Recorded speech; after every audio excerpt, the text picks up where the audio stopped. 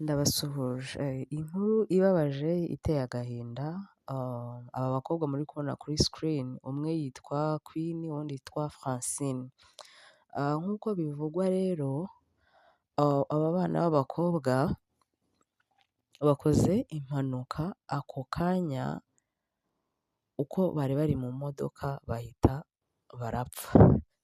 Ni ukuvuga ngo aba bana bavuye muri state batuyemo, bajya guhura n'abacuti babo ngo gutarama, cyangwa se mu birori n'abacuti babo, reka mbyite gutyo. Noneho baragenda, mu gutaha rero ngo batashye mu rukerera. Mu rukerera nibwo batashye basubira iwabo. Donc bari abakobwa batanu bari bari mu modoka imwe. Hanyuma rero ubwo bari bari mu modoka imwe, bagiye badepoza mugenzi wabo, aho atari kwa kundi nyine muzanana mugenzi wanyu mukagenda umwe musiga mugenzi wanyu bitewe n'ugera mbere mu rugo gutyo nyine. Donc ntabwo batahaga nyine ahantu hamwe neza muri abo batanu. Umwe rero bamusiga iwabo, bamajije kuhamusiga bane barakomeza. Bakimara rero kudepoza wa wundi mugenzi wabo, nta minota myinshi yaciyemo, nta n'ikirometero barenze ahari, abana nibwo imodoka yabo yahise igira accident. Bagira bate? Yari accident ikomeye cyane, ku buryo n'imodoka y'abahungu, hari n'imodoka yari irimo abana b'abahungu, yo yaciyeho ntiyanamenya niba imodoka yakoze accident ari iy'aba bakobwa. Donc rero bamaze gusiga mugenzi wabo, batari barenga n'ikirometero bagiye ahantu hatoya, nibwo bahise bakora accident ikomeye. Ubwo urumva niba mu modoka bari batanu badepoje mugenzi wabo bamugejeje aho bagomba kumugeza, hasigayemo bane. Rero muri abo bane, babiri bahise bagira ikibazo gikomeye, batanga ubutabazi bw'ibanze bushoboka. Rero birangira umwe bamugeza kwa muganga byanze, uwundi nawe bamugejeje kwa muganga akirimo umwuka agihumeka, birangira n'ubundi nawe byanze, nawe arapfa. Urumva muri bane hapfuyemo uyu nguyu witwa, muri batanu hapfuyemo uwitwa Francine n'uyu Queen. Rero uwundi yagize ikibazo mu mutwe gikomeye, uwundi nawe ngagira ikibazo cy'ukuguru. Urumva byari ngo mu rukerera rw'ijoro z'isaa 9. Rero wumve uburyo ki impanuka yari ikomeyemo n'uburyo abantu bahariye abenshi ntabwo twavuga ngo ni ukutita ku bintu. Ntabwo bivuze ngo umuntu wese uciye ku muhanda, imihanda yahariye iba ari minini, ngo wagenda kureba, ntabwo biba bikunda. Nibwo buryo ki rero basaza b'abo bantu baciwe ntibamenye ibyo ari byo, aho ubutabazi bubonekeye barabajyana, ariko wumve yuko basaza babo babaciwe, kuko hari harimo imodoka yindi yari irimo umusaza umwe muri aba bakobwa, ariko ntibamenye ibyo ari byo, no kubyirengagiza, bo bakomeje bagira bate? Barigendera.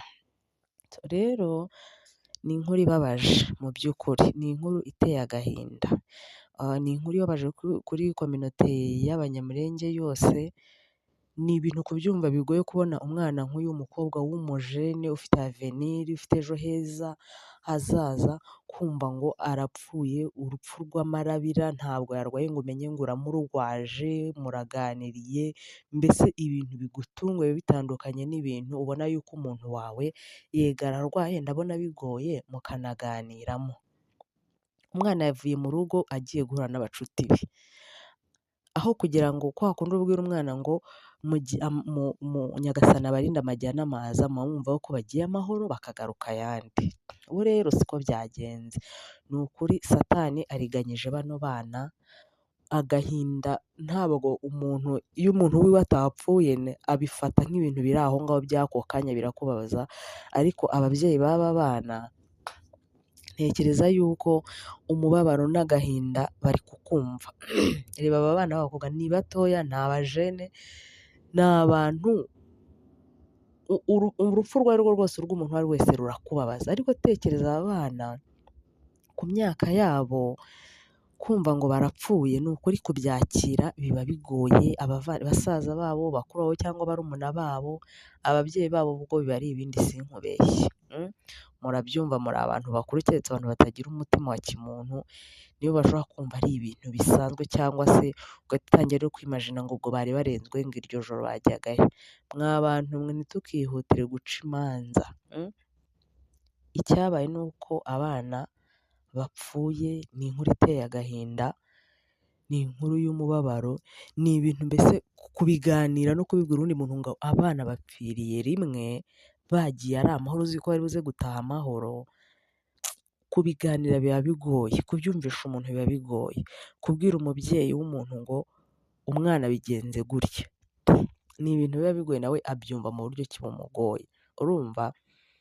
Ariko ni ukuri nta kindi cyo kuvuga aka kanya usibye kuvuga ngo Imana ikomeze famiye z'aba bakobwa, Imana iborohereze. Njyewe pole yanjye ishobora kutakugeraho mu buryo bukwiriye, ariko ihumure nyaryo rituruka kuri Nyagasani, ihumure nyaryo rituruka ku Mana.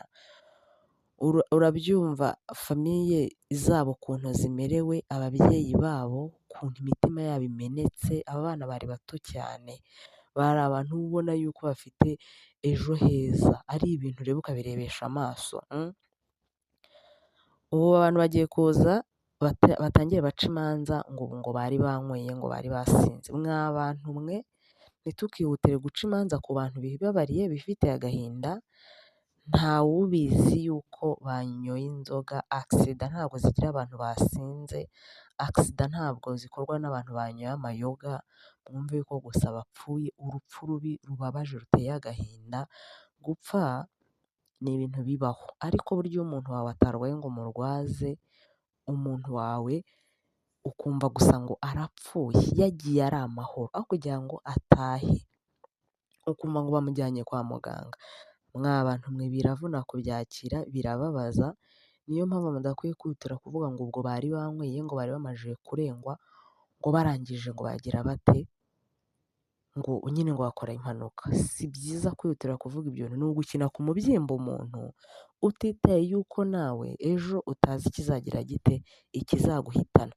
Nk'ubwo ushobora kubivuga ugahuruduka ukabivuga muri commentaire, kandi aba bantu batazi n'inzoga ukwimera. Ntitukihutire kuvuga amagambo ashengura imitima y'abantu. Ndahumuriza imiryango y'aba bana, ababyeyi babo bakomere, abavandimwe babo bakomere.